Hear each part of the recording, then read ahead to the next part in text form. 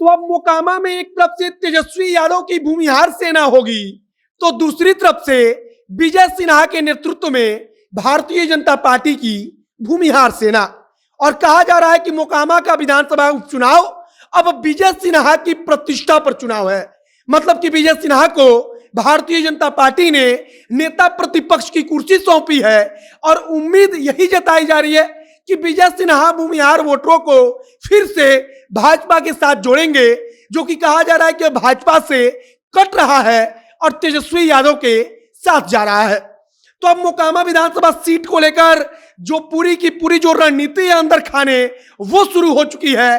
Bharatiya Janata party अपना प्रभारी नियुक्त कर चुकी है और वहां पर पूरी रणनीति तैयार है कि एक तरफ से तेजस्वी यादव के भूमिहार जो विधान परिषद के सदस्य हैं, जो भूमिहार नेता हैं, वो अपना जोर लगाएंगे, तो दूसरी तरफ से विजय सिन्हा के साथ भाजपा के तमाम भूमिहार नेता भारतीय जनता पार्टी के उम्मीदवार को जिताने के लिए अपना एड़ी से चोटी तक का जोर लगाएंगे।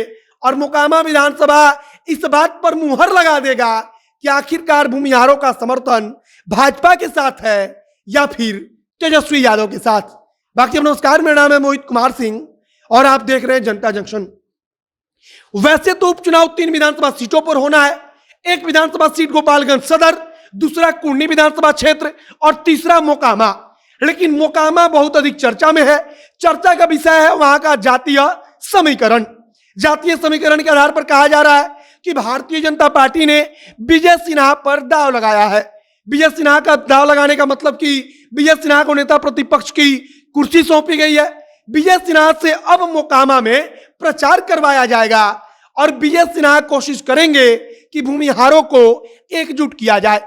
भाजपा के लिए अग्नि परीक्षा है, तो विजय सिन्हा के लिए भी अग्नि परीक्षा है। अग्नि परीक्षा इसलिए क्योंकि बोचहा के विधानसभा उपचुनाव के बाद यह कहा गया कि भूमिहार अब भाजपा के साथ है कहां। मतलब कि भूमिहार भाजपा का साथ छोड़ चुका है और भूमिहार तो अब तेजस्वी यादव के साथ है, राष्ट्रीय जनता दल के साथ है। तो अब मोकामा में विजय सिन्हा को इस बात की चुनौती है कि विजय सिन्हा भारतीय जनता पार्टी को भूमिहार मतदाताओं का समर्थन दिलवाएं। मतलब कि विजय सिन्हा इस समय विपक्ष के सबसे बड़े चेहरे हैं, उनको विधानसभा में नेता प्रतिपक्ष बनाया गया है और विजय सिन्हा नेता प्रतिपक्ष की हैसियत से और दूसरी बात कि भाजपा के बड़े भूमिहार नेता की हैसियत से मोकामा में प्रचार प्रसार करेंगे। और जब विजय सिन्हा प्रचार प्रसार करेंगे तब निश्चित तौर पर मोकामा में उनकी प्रतिष्ठा भी दांव पर लगेगी, क्योंकि दूसरी तरफ से तेजस्वी यादव के भूमिहार नेताओं की फौज होगी। बोचहा में हम सबने देखा कि तेजस्वी यादव की तरफ से जो भूमिहार एमएलसी था, जो भूमिहार नेता थे, उन सबको लगा दिया गया। वहां पर भूमिहार ब्राह्मण एकता मंच के आशुतोष कुमार भी पहुंचे थे, जो तेजस्वी यादव के लिए चुनाव प्रचार कर रहे थे। और इसी प्रकार से माना जा रहा है कि मोकामा विधानसभा के उपचुनाव में तेजस्वी यादव के साथ एक तरफ भूमिहार एमएलसी होंगे जो कि राष्ट्रीय जनता दल की पार्टी के हैं। मास्टर कार्तिक जो अब पूर्व मंत्री हैं वो होंगे, वो एड़ी चोटी का जोर लगाएंगे। चूंकि मोकामा तो उनका अपना कार्यक्षेत्र रहा है, तो वहां पर कार्तिक सिंह का और अधिक प्रभाव होगा। तो दूसरी तरफ विजय सिन्हा होंगे और भाजपा के अन्य तमाम जो भूमिहार नेता हैं वो होंगे। कुल मिलाकर अब मोकामा विधानसभा का जो उपचुनाव होना है वहां पर भूमिहार जाति का समीकरण जो है वो जोर शोर पर है। कहा जा रहा है कि अगर बोचहा में जिस प्रकार से भाजपा को हार मिली और वहां पर भूमिहार मतदाता निर्णायक भूमिका में थे, उसी प्रकार से मोकामा में भूमिहारों के हाथ में सत्ता की चाबी है। मतलब कि मोकामा की सत्ता उसको ही मिलेगी जिसको भूमिहार चाहेगा।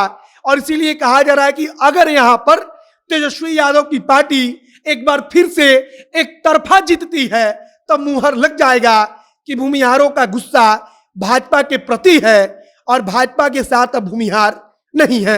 और कहीं ना कहीं विजय सिन्हा के लिए भी एक प्रश्न खड़ा होगा कि आखिरकार उनके चेहरे को दांव पर लगाया गया, उनको आगे आगे भेजा गया, लेकिन फिर भी उन्होंने भाजपा के लिए भूमिहार मतदाताओं को नहीं जुटा सके। बाकी अब उपचुनाव की लड़ाई तेज होती जा रही है। सीटों के बंटवारे को लेकर अंदर खाने कई प्रकार की खबर चल रही है। आधिकारिक रूप से भी पार्टियां अब कुछ दिनों में ऐलान कर देंगी। भाजपा अपना प्रभारी नियुक्त कर चुकी है। तो अब उपचुनाव की लड़ाई तेज होती जा रही है और इसी के साथ साथ जातीय समीकरण को लेकर भी पूरी जो गणित है उस पर चर्चा तेज हो चली है। बाकी आप क्या सोचते हो उसे कमेंट बॉक्स में लिखकर बताइएगा। वीडियो शेयर कीजिएगा।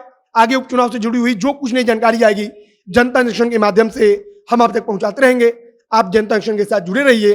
कैमरे पीछे विशाल खड़े हैं और मैं मोहित कुमार सिंह। बहुत बहुत धन्यवाद।